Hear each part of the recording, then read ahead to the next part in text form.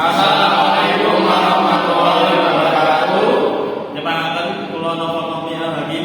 Kula Muhammad Dikalan Budin. Kula nampen Atoya Kafir. Kula Maya Sofiati. Kita saking PKL PT Enggal Super Kertas badhe ngandharaken video ingkang ira-irahipun proses pembuatan kertas ing pabrik ingkang kita PKL-i.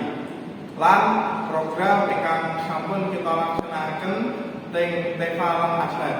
Sugeng Mesari. PT Enggal Super Kertas adalah salah satu perusahaan yang bergerak di bidang pembuatan kertas produksi. Kertas yang diproduksi adalah kertas kemas, yaitu medium liner, medium fruiting, dan brown craft. Kertas-kertas itu berawal dari bahan baku, yaitu dari kertas bekas yang diproses menjadi kertas kemas. Dan berikut ini adalah proses pembuatan kertas yang berada di PT Enggal Subur Kertas. Here we will explain the machine process carried out in stock preparation. First, there is a conveyor which is used to move raw material from one place to another. Next, there is a ball breaker here to break down the raw material so they don't stick to each other. Next, the hydropulper function for decomposition assessed by water so that it become a coarse stock slurry. Next, there is a coarse grain which function to filter to take long and short fibers. Next, the medium scented cleaner function to separate slurry with medium contaminants. Next, the fractionator function to divide the fiber fraction. The next is fine screen function to accommodate long fiber porridge stock. And finally, the thickener function is to thicken the stock porridge. After the celery is processed in stock preparation, then it is distributed to the paper machine via the heat pump. The heat pump retrieves celery from stock preparation at low speed and discharges celery at higher speed. The seed wire will removal of a certain amount of water with the help of a vacuum. Then the seed is distributed to the press section. The seed will take out amount of water being released due to the pressure on the two-roll press. Next, go to the dryer section process.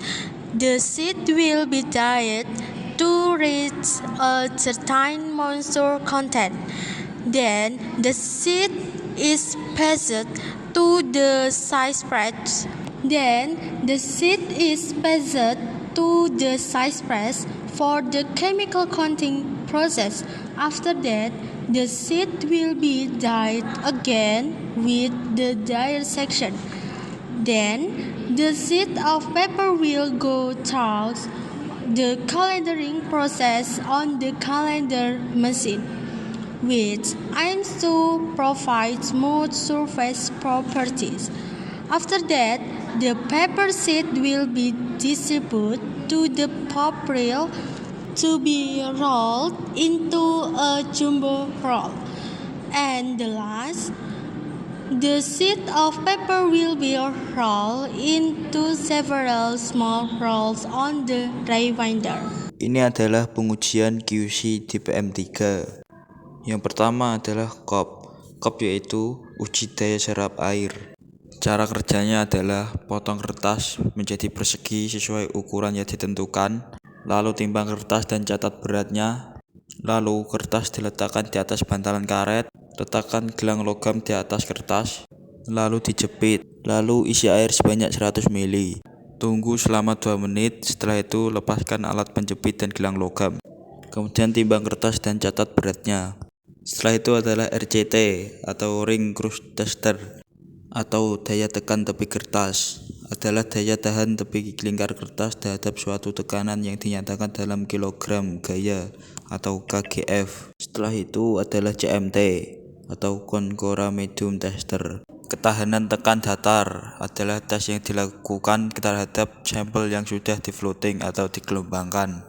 Setelah itu CCT. CCT adalah ketahanan gaya tekan tepi gelombang, bertujuan untuk beberapa banyak gaya yang diperlukan untuk mematahkan serat. Selanjutnya yaitu gramatur, yaitu massa dari suatu satuan luas tertentu dari kertas atau karton yang ditetapkan melalui cara uji yang spesifik.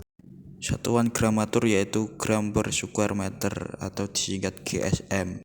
Nah, mungkin itu hanya cerita singkat dari program PKL yang kami laksanakan. Selanjutnya akan kita lanjutkan ke program TEFA dan ASLAB yang kami lakukan. Nah, setelah kita melakukan PKL industri, kita masih mempunyai 2 program di sekolah, yaitu ASLAB dan juga TEFA. Nah, ASLAB ini yaitu bekerja sebagai asisten laboratorium. Jadi, selama kita melakukan program ASLAB ini, kita mempunyai tugas seperti membersihkan alat-alat di laboratorium, membersihkan laboratorium seperti menyapu, mengepel, mengelap meja, dan mengelap kaca. Nah, selain itu, kita juga menyiapkan bahan-bahan untuk praktikum pada hari tertentu. Selain itu, kita juga mendapat tugas untuk menyatat MSDS bahan dan alat. Selain itu, kita juga mempraktekkan alat tersebut untuk menjadikannya SOP.